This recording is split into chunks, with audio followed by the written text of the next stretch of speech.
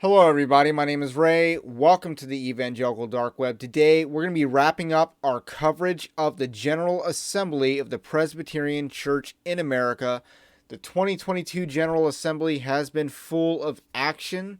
The final day had a big win for conservatives on a symbolic level, and we're going to be talking about that in this video. That is, the PCA has voted to disqualify homosexuals, self-identified or self-described homosexuals, from ministry or from holding an office in a Presbyterian church. So we're going to be talking about that. That is Overture 15. We've talked about that in passing in the last two videos, and we're going to dive deeper into that in this video.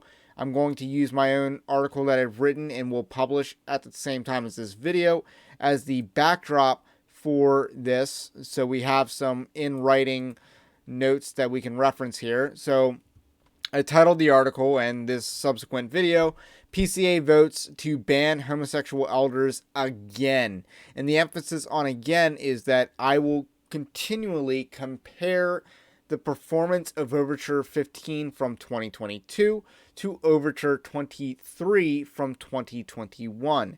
These overtures attempt to accomplish the same objective, but they've had thus far different results. Overture 23 from last year did not get passed by a simple majority by 2/3 of the presbyteries in the PCA.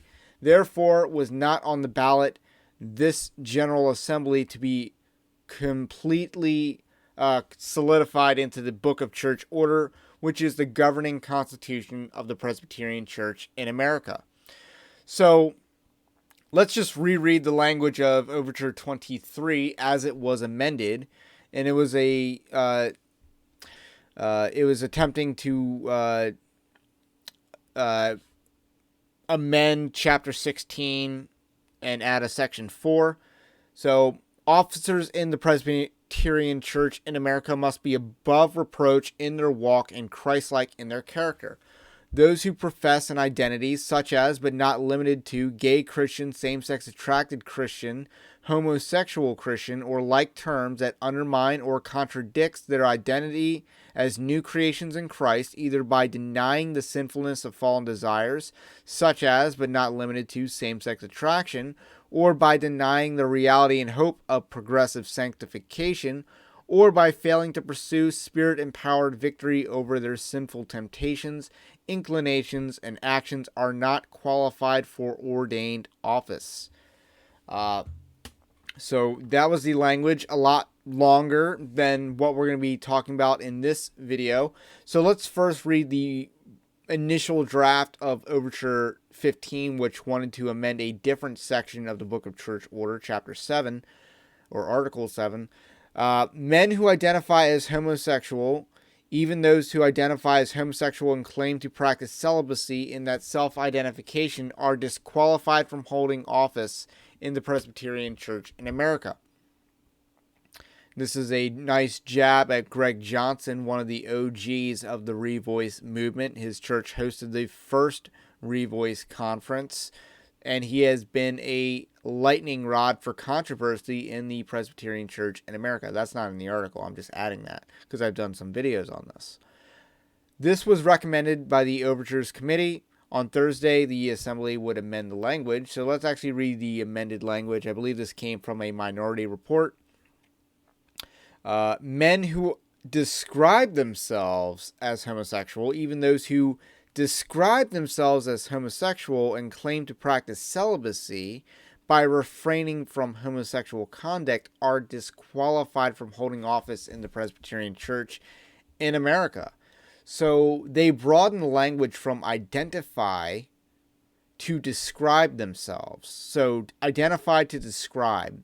I actually like the change because I believe it broadens the definition and it can avoid some level of semantic words because of how flimsy and fluid identity and self-identification often is. It could have been a little bit better in its wording, but overall, I don't see why Christians could disagree with this overture because it talks about people who are still clinging to sin as part of their identity. The General Assembly would vote to affirm this overture by vote of 1167 to 978, prevailing by nearly 200 votes. Nearly 200 votes on something that is pretty historically agreeable for all of Christianity.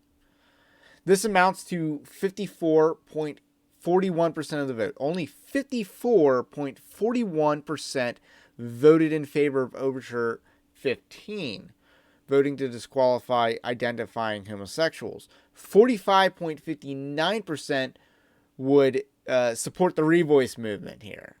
The narrow victory was over 20 points fewer than what Overture 23 received in 2021. That overture passed by a vote of 1438 to 417. That is 77.52%. So, if you're unfamiliar with the Presbyterian Church in America, the next step for Overture 15 is that it goes to the presbyteries. It needs to pass by a simple majority in 2/3 of all the presbyteries, and then it needs to return to the General Assembly for another vote. It seems pretty unlikely, in my opinion, that Overture 15 will succeed. However, it is nice that you won on paper again at the General Assembly. You have proven to be the majority, so you have a much better chance of driving out the Kellerites and the Side B proponents in your midst. They have a better chance of driving out the liberal minority than, say, in the Southern Baptist Convention, where the conservatives, are in the minority. So, some reason for optimism. You won on paper. You symbolically defeated the Revoice movement once again. Probably won't defeat it entirely and disqualify pastors like Greg Johnson, but this is nonetheless a victory, and I don't want to take that away. And lastly, I want to talk about Overture 42, which we talked about in the last two videos on the PCA. Overture 42 was about forbidding elders from participating in secretive political groups. This was directly in response to the National Partnership, a secretive political organization designed and for the purpose of influencing presbyteries in the PCA. This overture condemning the practice would fail by a vote of 851 to 411. So that was a loss. And you got to wonder, 851 people, and this vote is fewer than the one on Overture 15. So you had some people that probably didn't know what they were talking about, so they didn't vote, right? But yet 851 people, who are probably, majority of those people, a part of the National Partnership, if we're being honest, know thy enemy. That's all I got to say about that one.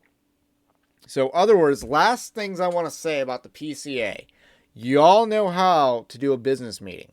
Southern Baptist, they get there, they show up, and they just have so much pageantry, they don't actually get down to business. You show up for 2 days, and you maybe get 3 hours of actual business at the annual convention. Presbyterians got a lot more action going on. Another thing I want to point out is the music is awesome. Awesome music. The psalm singing is excellent. The hymns are beautiful, and the execution is fantastic. Even on 280p streaming quality, it sounds amazing. So that was my final note. Y'all make me want to be a Presbyterian, but I'm not there yet. So with that said, that's all I got to say about that. My name is Ray. This is the Evangelical Dark Web. If you like this kind of content, subscribe to the channel. Support the Evangelical Dark Web's RSS feed. And if you really like this kind of content, we got a Patreon-like system over at evangelicaldarkweb.org/join. Otherwise, let me know what you think about what I think in the comments section. And have a blessed day. I will catch you on the next one.